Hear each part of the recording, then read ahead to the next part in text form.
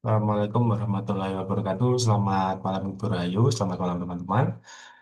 Perkenalkan nama saya Bagus Prautama. Pada kesempatan kali ini saya akan mempresentasikan tentang penerapan sistem informasi manajemen atau yang biasa kita singkat dengan SIM.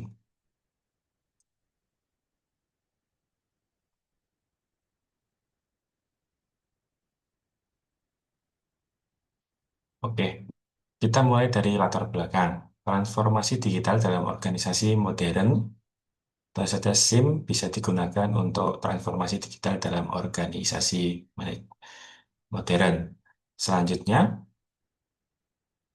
SIM juga membuat integrasi antar fungsi bisnis, jadi antar departemen atau antar seksi kalau pada kantor itu memiliki integrasi yang lebih baik.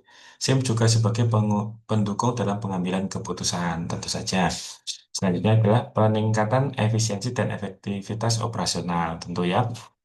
Karena sistem informasi manajemen ini pastinya sangat membantu operasional, mengurangi biaya, dan menjadikan efisiensi dan efektif. Nah, selanjutnya apa sih sistem informasi manajemen pada fungsi SDM atau sumber daya? Nah, pada fungsi ini SIM bisa digunakan dalam rekrutmen digital dan database pelamar. Jadi tidak seperti yang kemarin ya yang lagi rame apa Kominfo mengadakan rekrutmen tetapi datanya bocor kemana-mana. Jadi antar pendaftar itu bisa saling melihat datanya. Padahal itu kan data sensitif seperti KTP, mungkin ada kakak juga seperti itu. SIM bisa juga digunakan untuk KPI dan evaluasi kinerja real time. Dan ini sudah mulai diterapkan di kantor-kantor ya teman-teman ya.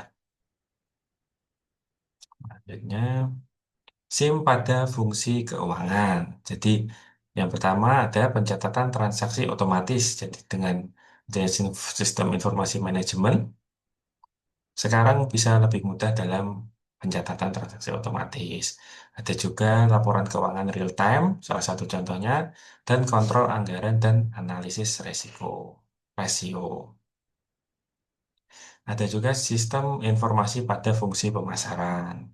Jadi SIM pada pemasaran bisa digunakan untuk data perilaku konsumen.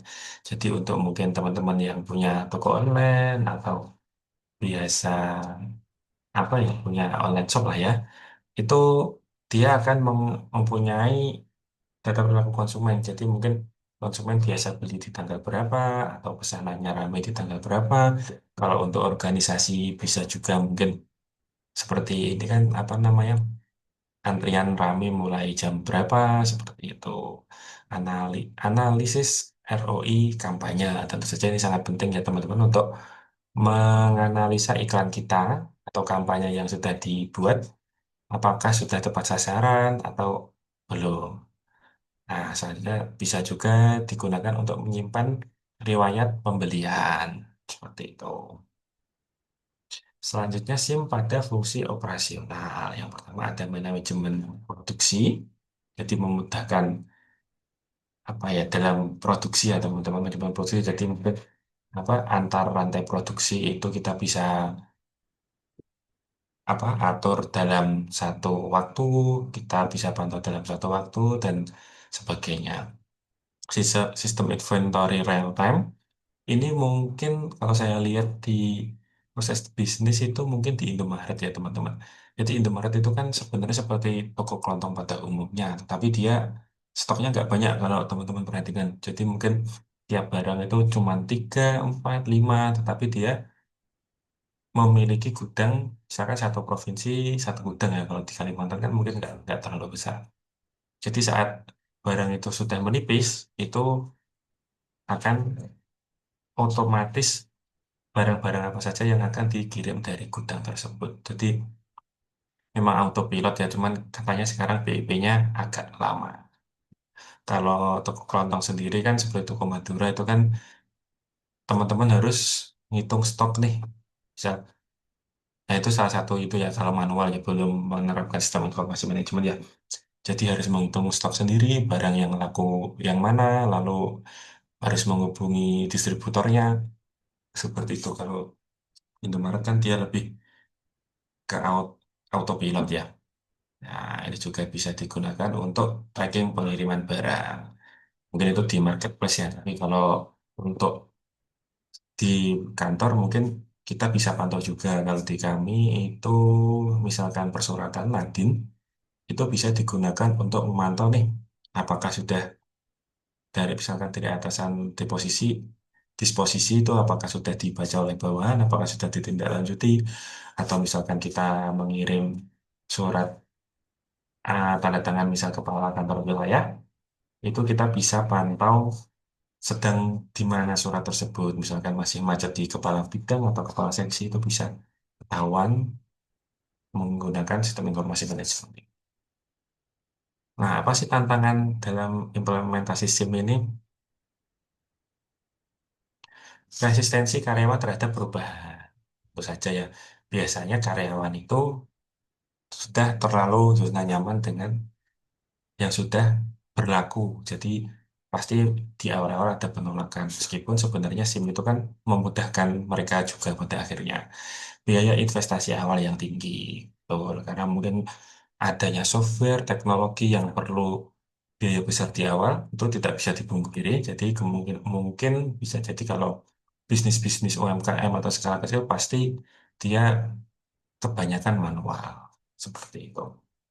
Integrasi dengan sistem lama. Nah, ini kami alami sendiri di Direktur Pajak dan Pajak ya teman-teman. Jadi apa namanya? Sistem baru Cortex itu tidak langsung terintegrasi dengan sistem lama. Jadi misalkan salah satu contohnya seperti perubahan data alamat, bukan perubahan data email atau nomor HP. Jadi misalkan teman-teman pada awal tahun kemarin 2025 awal itu sudah lapor tahunan, misalkan ada perubahan email, nomor HP, itu saat aktivasi Cortex itu harus dirubah lagi di Cortex-nya. Jadi tidak ngeling seperti itu. Resiko keamanan dan perlindungan data ini salah satu hal yang terpenting ya, dan bisa juga investasinya juga dalam hal pengamanan data.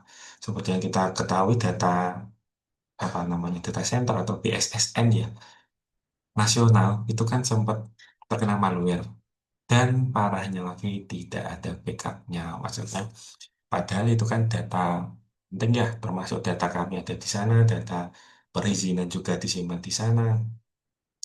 Dengan skala nasional yang sebesar itu, dia sampai kena malware dan tanpa backup itu sangat fatal menurut saya. Cuma sekarang beritanya sudah hilang gitu teman-teman ya. Itu biasa lah. Kalau ada apa-apa, pasti ada berita lain terus hilang. Manfaat, ini strategi SIM. Tadi sebenarnya sudah disebutkan juga ya efisiensi dan otomatisasi proses kerja. Benar sekali ini sudah saya alami sendiri.